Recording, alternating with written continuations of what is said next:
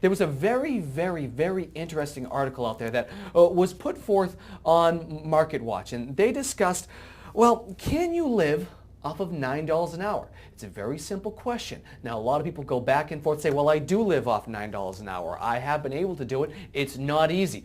But for you guys out there, do you think right now you could work off $9 an hour? And the reason why this article was written was because there was actually a game that just came out that is all online, that's all about seeing if you can make $9 an hour and live off of it. It's a real life game.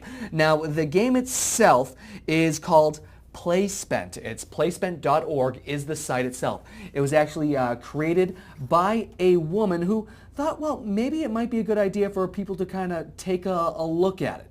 And the reason why she did it was because she actually grew up, saying this is Jenny Nicholson, excuse me. She grew up in a house of a single family home and in poverty. So she said, you know, I'm going to see if other people can go on to do this now, where times have changed. The cost of living has gone up as well. And now, because of this game, it's sparked a lot of interest, sparked a lot of conversation, a lot of ideas.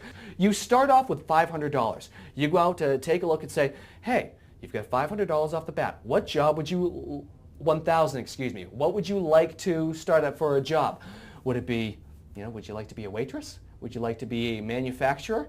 Or would you like to be, well, possibly, maybe just be a temporary worker? It then gives you real life scenarios. Some real life, some are just to kind of shock and awe. Your student, your son, daughter happens to be an honor student. You want to spend $50. Well, here's the thing. While I do agree with that, it is incredibly hard for someone to live off $9 an hour if they do have kids. What about for someone like me?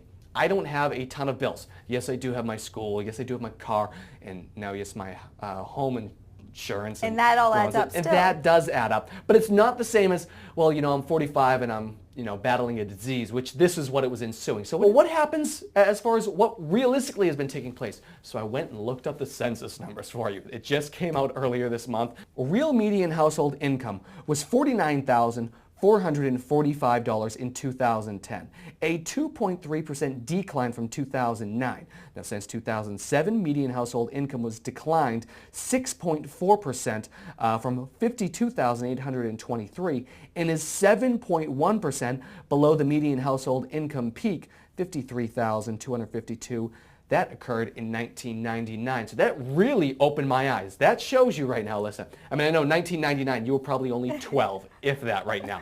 But when you look at that, in 1999, the amount of money people were making is actually a lot less than what they're making now. It's a 7.1% decrease, which is nuts, folks. Imagine over the span of 10 years, making less money. That's really what it all comes down to. It's a little bit different for, you know, folks our age, I mean, in your 20s, because, well, either you're still living at home and you don't have kids. I mean, some people obviously do have kids inside their 20s, and it is much harder. It's another mouth to feed at the end of the day. It really is. So it's tough for everyone right now, it really is, but it just shows, I mean, those census numbers truly show exactly what has taken place over the last decade, for sure.